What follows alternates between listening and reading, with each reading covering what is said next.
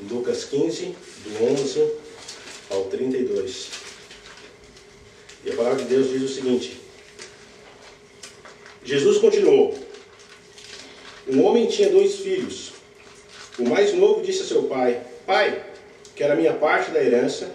Assim ele repartiu a sua propriedade entre eles.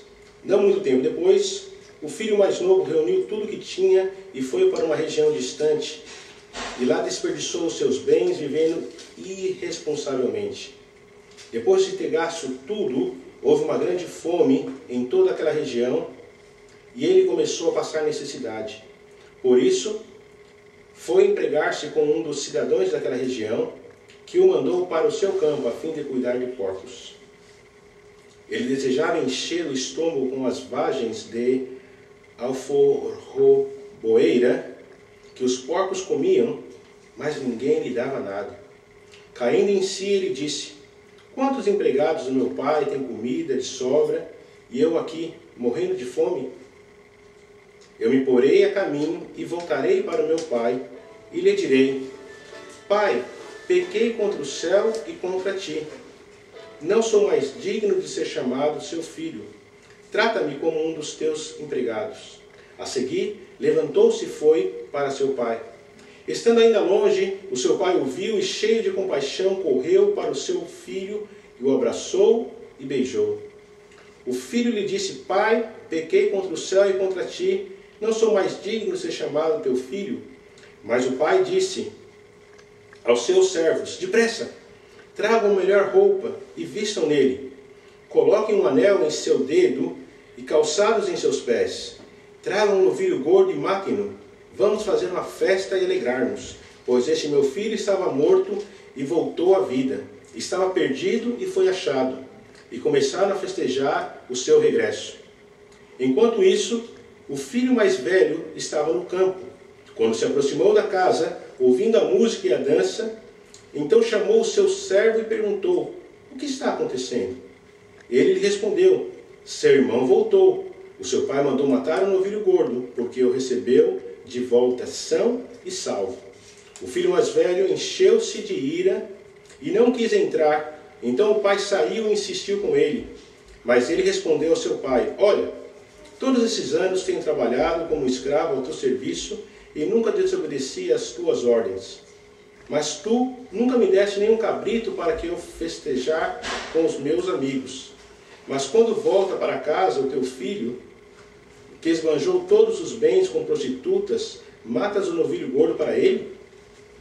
Disse o pai: meu filho, você está sempre comigo e tudo que tem é seu. Nós tínhamos que celebrar a volta do seu irmão e alegrar-nos, porque ele estava morto e voltou à vida, estava perdido e foi achado. Até aí. Amado Deus, Santíssimo Pai, a tua palavra, Senhor, foi lida.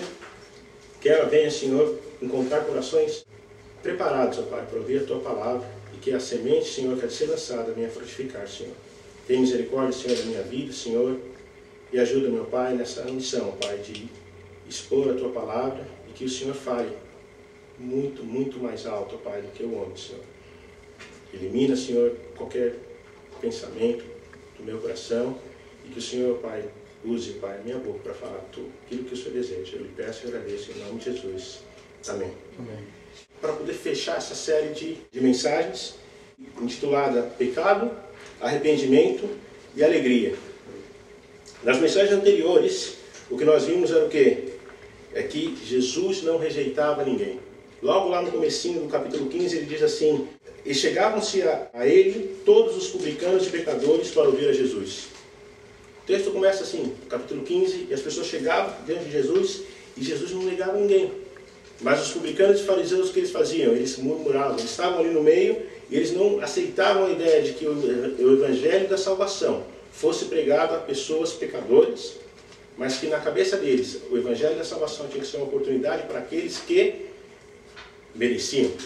Para aqueles que de alguma forma eram boas pessoas, que praticavam a lei, que tinham uma vida exemplar, e eles eram os merecedores. E eles murmuravam como? No verso 2 ele diz assim: e os fariseus e os escribas murmuravam dizendo: este recebe pecadores e come com eles. Está lá em Lucas 15, 2. Em função disso, Jesus propõe para eles 3 parábolas que nós vimos até aqui. Nós vimos no capítulo 15, de 4 a 17, a primeira mensagem que era da ovelha perdida. Nós vimos na semana passada a mensagem da dracma perdida, que está lá no capítulo 15, de 8 a 10. E hoje nós vamos fechar essa série de mensagens com o filho pródigo, no texto de Lucas 15, do 11 a 32. As parábolas que nós estudamos até aqui, nós vimos o quê? A predisposição de Deus de ir atrás do pecador. Na parábola da ovelha, ele fala que uma ovelha era mais importante que as 99 se sentiam seguras, e ele foi atrás daquela ovelha. Ele fala que aquela mulher encontrou que faltava uma moeda, e ela insistiu, buscou, iluminou, varreu, para que pudesse encontrar aquela moeda. E na parábola do filho pródigo nós vamos ver uma situação diferente. Nas 2 primeiras parábolas, Jesus ele fala o quê? Quem é o homem que? E quem é a mulher que? Jesus ele confronta as pessoas que estão ali falando com ele, no sentido de que você não faria o mesmo? Você me questiona pelo fato de estar levando a mensagem da salvação aos perdidos? Jesus ele diz, os sãos não precisam de médico, mas sim os que estão doentes.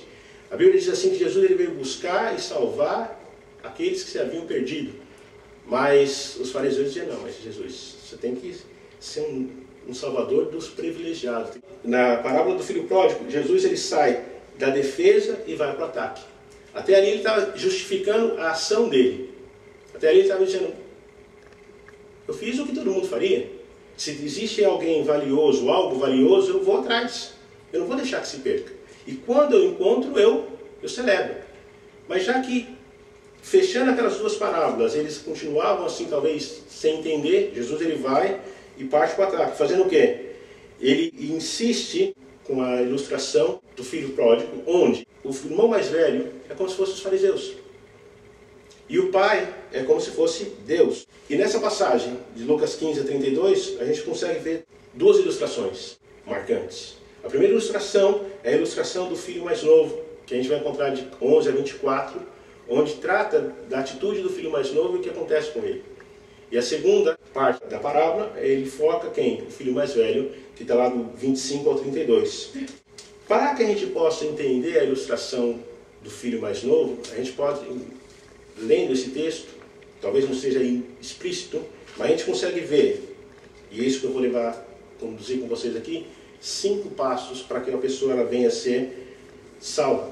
Porque na realidade o pecador, primeiro ele peca.